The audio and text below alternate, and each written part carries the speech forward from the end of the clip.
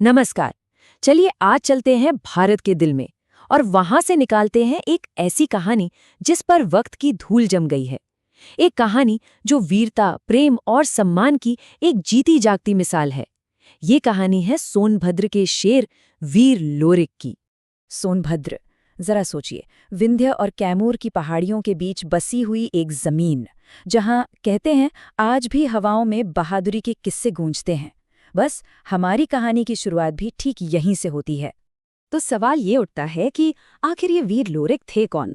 ऐसा क्या था उनमें कि सदियां बीत गईं पर आज भी उनका नाम इस पूरे इलाके के लोगों के दिलों में धड़कता है? चलिए मिलकर जानते हैं। देखिए, वीर लोरिक की कहानी को सिर्फ तलवार और ढाल की कहानी समझना ये एक भूल होगी। इसके दिल में, इसके केंद्र में है प्रेम, सम्मान और उस प्यार को बचाने के लिए उठाई गई एक बहुत बहुत बड़ी चुनौती। लोरिक का जन्म हुआ था सोनभद्र मिर्जापुर के इलाके में एक ग्वाले परिवार में, मतलब एक बिल्कुल साधारण परिवार। लेकिन लोरिक में कुछ भी साधारण नहीं था। कहते हैं बचपन से ही उनमें एक अजब सी, एक जबरदस्त ताकत थी। शरीर ऐसा मानो लोहे का हो, और जमीर में तो जैसे अन्याय के खिलाफ एक आग जलती रहती थी। पर सुनिए, लोरिक की कहानी चनैनी के बिना बिल्कुल अधूरी है, क्योंकि जितनी हिम्मत लोरिक में थी, उतनी ही साहसी, उतनी ही आत्मसम्मानी और निडर चनैनी भी थीं। ये सिर्फ एक प्रेमी जोड़ा नहीं था, नहीं, ये बराबरी के दो योद्धा थे। और बस उनके इसी प्यार और बराबरी के रिश्ते पर पड़ गई एक जालिम राजा की नज़र। वो चनैनी को जबरदस्ती बल से हासिल करना चाहता था। और यहीं से इस कहानी का सबसे बड़ा मोड़, सबसे बड़ा संघर्ष शुरू होता है।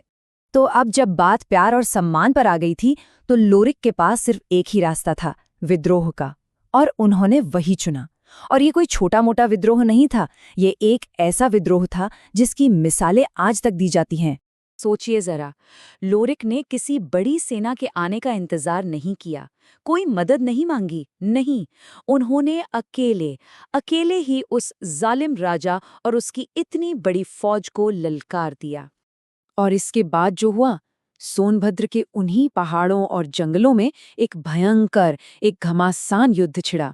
जो लोक कथाएं हैं वो बताती हैं कि लोरिक ने अपनी बहादुरी से दुश्मनों के छक्के छुड़ा दिए थे और आखिर में अपने प्यार और अपने सम्मान की रक्षा की। लेकिन जानते हैं सबसे दिलचस्प बात क्या है? इस पूरी जंग का, इस पूरी वीरता की कहानी का एक सबूत, एक जिंदा जागता सबूत आज भी वहां मौजूद है। एक ऐसा सबूत जो इस कहानी को सिर्फ एक लोक कथा नहीं रहने देता, बल्कि इसे हकीकत से जोड़ता है। ये है लोरिक पत्थर। जी हाँ, मान्यता यही है कि ये वही विशाल चट्टान है जिसे वीर लोरिक ने अपने जोर से, कहते हैं गुस्से में, उठाकर फेंक दिया था। और आज ये पत्थर उनकी उस बेहिसाब ताकत और हिम्मत का प्रतीक बनकर वहीं खड़ा है। मैं फिर से कह रही हूँ, ये सिर्फ किसी कहानी का हिस्सा नहीं है। ये सोनभद्र में एक असली जगह है, एक असली लैंडमार्क, जो न जाने कितनी सदियों से वहां खड़े होकर लोगों को वीर लोरिक की याद दिला रहा है। लेकिन लोरिक की कहानी बस एक योद्धा की जीत पर खत्म नहीं हो जाती। नहीं, यहाँ से कहानी एक नया मोड़ लेती है। वक्त के साथ वो एक नायक से बढ़कर एक लोक देवता बन गए। और ऐसा हुआ क्यों? इसलिए क्योंकि लोरिक सिर्फ अपने प्यार के लिए या अपने लिए नहीं लड़े थी, वो हर गरीब के, हर ग्वाले और किसान के रक्षक बन गए थे। उन्होंने हर आम आदमी के हक और सम्मान के लिए आवाज उठाई थी। तो उनका जो ये सफर था, वो सच में कमाल का है। देखिए, एक योद्धा, फिर रक्षक, उसके बाद पूरे समाज के लिए एक लोक नायक और आखिर में एक लोक देवता जिन्हें लोग पूजने लगे।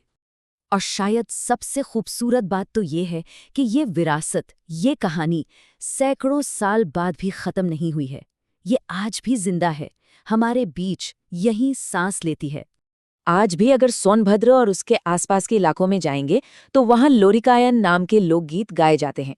इन्हीं गीतों में, इन्हीं धुनों के जरिए वीर लोरिक की कहानी एक पीढ़ी से दूसरी पीढ़ी तक का सफर तय करती है और हमेशा हमेशा के लिए जिंदा रहती है।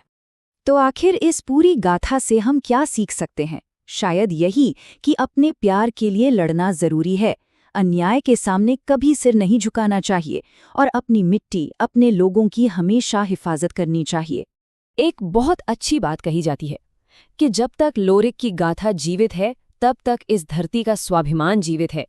मतलब सोचिए, ये लाइन हमें कितनी गहराई से बताती है कि कैसे एक नायक की कहानी एक पूरे के पूरे इलाके की पहचान और उसके आत्मसम्मान का प्रतीक बन जाती है। तो ये कहानी हमें एक बहुत गहरे सवाल के साथ छोड़ जाती है। आखिर वो कौन सी चीज है जो किसी एक इलाके के हीरो को, एक लोकल हीरो को वक्त से भी बड़ा बना देती है, उसे एक अमर आवाज देती है?